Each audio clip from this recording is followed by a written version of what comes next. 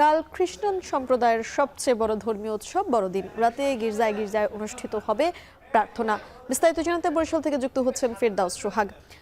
সোহাগ, একটু বড়দিনের প্রস্তুতি সম্পর্কে আপনার কাছে জানতে চাই। আপনি যে গির্জাতে রয়েছেন সেখানকার আয়োজন সম্পর্কে জানাবেন। আপনাকে ধন্যবাদ মিম। সবাইকে বড়দিনের শুভেচ্ছা।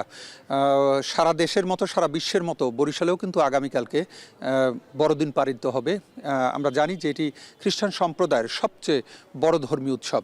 এই উৎসব পালন উপলক্ষে এখানে কিন্তু ব্যাপক আয়োজন রয়েছে। প্রতি বছরই এই আয়োজন অনুষ্ঠিত হয়ে থাকে। আমরা রয়েছি বরিশালের ক্যাথলিক চার্চ গির্জায়। এখানে এই গির্জাটি কিন্তু দারুণভাবে সাজানো হয়েছে।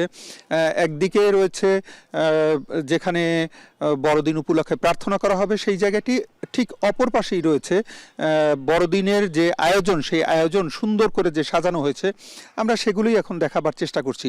খ্রিস্টান সম্প্রদায়ের অন্যতম এই প্রধান ধর্মীয় উৎসব ক্রিসমাস বা বড়দিন। বড়দিন হলো মহামতি যীশু খ্রিস্টের জন্মদিন। রোমান ক্যাথলিকদের মতানুসারে 2025 বছর পূর্বে এই দিনে জেরুজালেমের বেথেলহ্যাম শহরে এক গরিব কাঠুরে গোয়ালঘরে কুমারী মাতা মেরির গর্ভে জন্মগ্রহণ করে শিশু যীশু।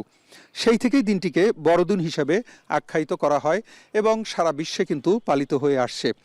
আমরা দেখছি যে এই বড়দিন উপলক্ষে কিন্তু খ্রিস্টান সম্প্রদায়ের দিনটি কিন্তু খুবই গুরুত্বপূর্ণ।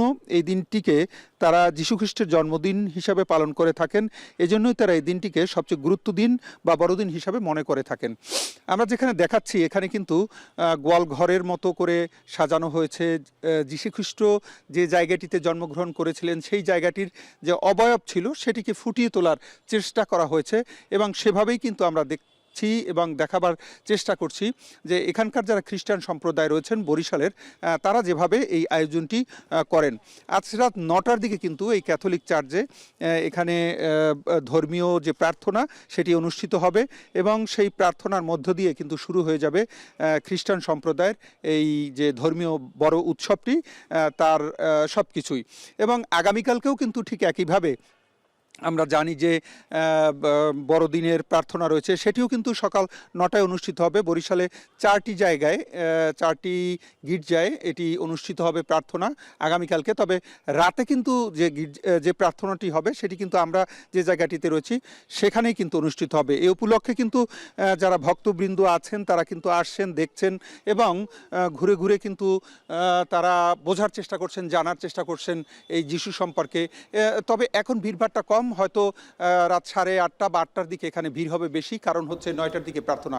এতটুকুই ছিল খ্রিস্টান সম্প্রদায়ের যে বড়দিন উপলক্ষে যে আয়োজন, তার সবশেষ খবর। বরিশাল থেকে সরাসরি যুক্ত হয়েছিলেন সহকর্মী ফেরদাউস সোহাগ।